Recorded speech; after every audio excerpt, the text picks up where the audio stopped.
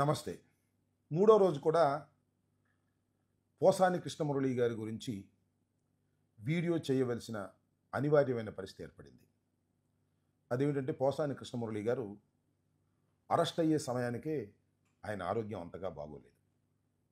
అయినా అరెస్ట్ చేశారు, తీసుకొచ్చారు, విచారించారు, రైల్వే కోర్టులో హాజరుపరిచారు. వాద ప్రతివాదనలు విన్న తర్వాత రిమాండ్ ఇవ్వటం జరిగింది. జైలుకి కూడా వెళ్ళారు. రిమాండ్లో ఉన్నప్పుడు సబ్ జైల్లో ఆయనకి మరింతగా ఆరోగ్య పరిస్థితి క్షీణించడంతో రిమ్స్ ఆసుపత్రికి తరలించి అక్కడ వైద్య సేవలు అందిస్తున్నారు. బెయిల్ పిటిషన్ కూడా పెండింగ్లో ఉంది. సోమవారం విచారణకు రావచ్చు. మ్యాజిస్ట్రేట్ కోర్టులోనే వాద ప్రతివాదనలు విన్న తర్వాత బెయిల్ రావడానికి అవకాశం ఉంది. ఎందుకంటే వారు పోసాని కృష్ణమురళి గారిని ప్రొడ్యూస్ చేసేటప్పుడు 111 వేశారు ఎఫ్ఐఆర్లో. కానీ మ్యాజిస్ట్రేట్ గారు వాదనలు విన్న తర్వాత 111 అనే సెక్షన్ దీనికి వర్తించదని తిరస్కరించడం జరిగింది. కాబట్టి కడమ సెక్షన్స్ అన్నీ కూడా బెయిలబుల్ సెక్షన్స్ కాబట్టి బెయిల్ వచ్చే అవకాశం ఉంది. కాబట్టి సోమవారం నాడు బెయిల్ వస్తుందని భావిస్తున్నాను. దానితో పాటుగా ఆయన ఆరోగ్య పరిస్థితి కూడా బాగోలేదు కాబట్టి కోర్టు వారు మరింతగా దాన్ని ఆలోచించేసి బెయిల్ ఇచ్చే అవకాశం ఉందనేది నా అభిప్రాయం.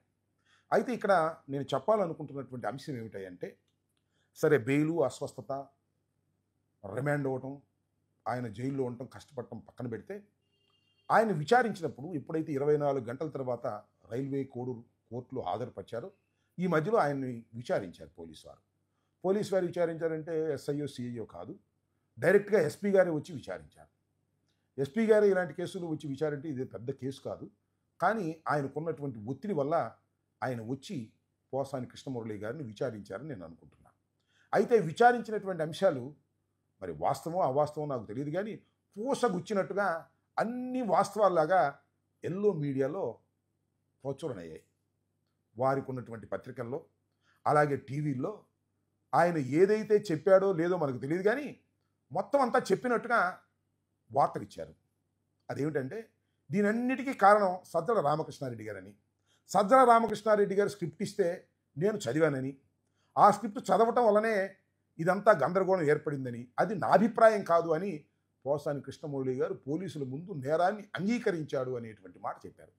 దాంతోపాటు ఆయన చెప్పినటువంటి మాటల్ని సజ్జల రామకృష్ణారెడ్డి గారి కుమారుడైనటువంటి సజ్జల భార్గవ్ వాటిని వైరల్ చేశాడని, ఇట్లా వైరల్ చేయడం వల్ల కులాల మధ్యన తగాదాలు పెట్టేటటువంటి కార్యక్రమం చేసి ఒక అన్రెస్ట్ని క్రియేట్ చేసేటటువంటి పద్ధతిని మేమందరం కూడా కలిసి చేశాము. దీనిలో సజ్జల భార్గవ్ అండ్ సజ్జల రామకృష్ణారెడ్డి గారు కూడా పాత్రధారులు అని చెప్పినట్టుగా మరి వారికి ఉన్న పత్రికల్లో ఫ్రంట్ పేజీల్లో ఏ వార్తలు లేనట్టుగా ఇదే వార్తలు వేశారు.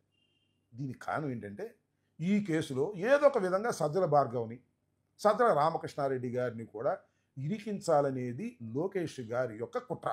ఆ కుట్రలో భాగంగానే ఇవన్నీ జరుగుతున్నాయనేది నా అభిప్రాయం. నేను ఒకటి చెప్తానండి, పోలీసుల ముందు జరిగింది అనుకోండి, పోలీసుల ముందు జరిగితే అది పత్రికకి ఎలా వస్తుందనేది ఒక అంశం. తర్వాత నేరాంగీకారం చేశారు కాబట్టి ఆ రిపోర్టును తీసుకెళ్ళి పోలీసుల ముందు ఒప్పుకున్నది కోర్టులో వేశారు అంటున్నారు. కోర్టులో వేసింది కూడా అది పబ్లిక్ డాక్యుమెంట్ కాదు, ఇంకా ఇమీడియట్గా వచ్చేసింది.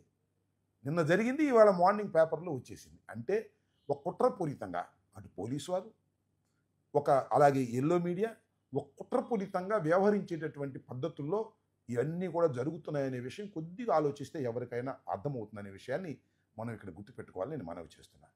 ఏది ఏమైనా అది జరిగింది ఇప్పుడు 2017లో జరిగినటువంటి నేరం వారు చెప్పబడేది.